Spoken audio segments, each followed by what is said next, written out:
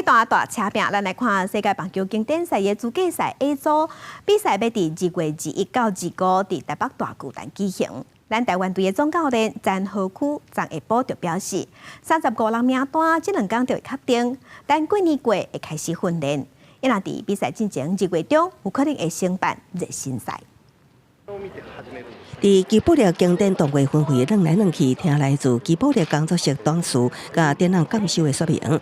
世界棒球12强总教练张和谷备战经典赛资格赛时，难得轻松，因为定选35人名单的进度也不哩顺利。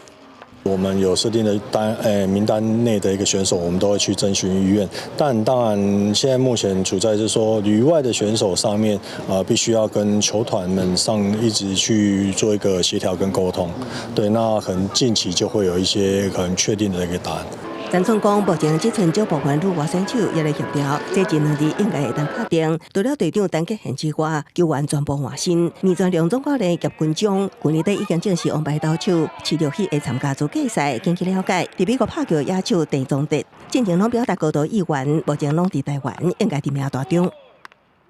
大部分是固定，那现在就剩一些小部分，那我们再确定，然后再去做协调，然后就是希望说能够组成一个更团结，然后更好的一个阵容这样子。正赛前1周来举办那个交流赛，我们会有2场，像捷克那样子公开的交流赛，可以卖票的。 台湾队预计农历年后开训35人名单公布。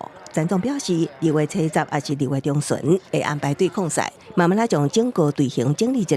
蔡其昌表示，对抗热身赛会以市民的票价回归球迷。公司新闻采访报道。